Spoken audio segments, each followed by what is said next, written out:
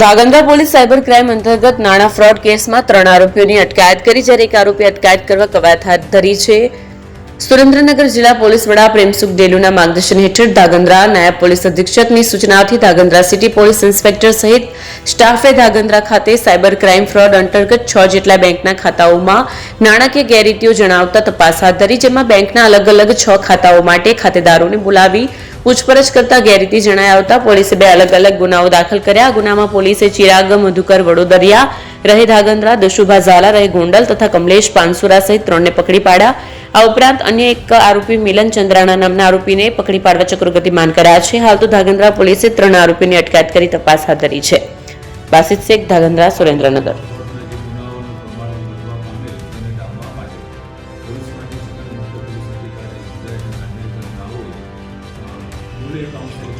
ખાતાઓ ભાડે રાખી અને જે પોતના નાણાં જે ખાતામાંથી રોકડા લઈ મુજબના જે ગુના થતા હોય જેવા એકાઉન્ટોને તપાસ કરવા માટે કામ કરેલું, જે હુકમ આધારે રેન્જ આઈપીસી રાજકોટ તેમજ પોલીસ શ્રી સુરેન્દ્રનગર નાઓને માર્ગદર્શન અને સૂચના અન્વયે ધાંગધ્રા ખાતે જે બેંકોમાં એકાઉન્ટ હતા તે ચકાસણી કરવામાં આવી, જે એકાઉન્ટ ધારકોને બોલાવી તેમની પૂછપરછ કરવામાં આવેલી અને પૂછપરછના અંતે કુલ 6 એકાઉન્ટ જે હતા કે જેમાં વધારે પડતો જે રકમની જે જરૂર હતી તેવા ગુનામાં અમે જે ગુના દાખલ કરેલા છે।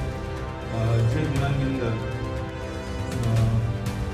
એક ચિરાગ મધુકર વડોદરિયા જે ધાંગધ્રા ખાતે રહે છે, તેની સાથે એક દશુભા ઝાલા જેઓ ગોંડલના છે, એક કમલેશ પાનસુર જે આપણે ઘુમટના છે ધાંગધ્રા તાલુકાના, અને બીજા એક મિલન ચંદ્રાણીયા છે જે હજુ તેનું ખાલી નામ બોલ્યું છે તેના છે તપાસ કરવાની બાકી છે। આ પૈકી 3 આરોપીઓને મેં અટક કરેલા છે અને હાલ તેઓની પૂછપરછ ચાલુ છે। તેઓએ આ ગુનામાં સંડોવાયેલા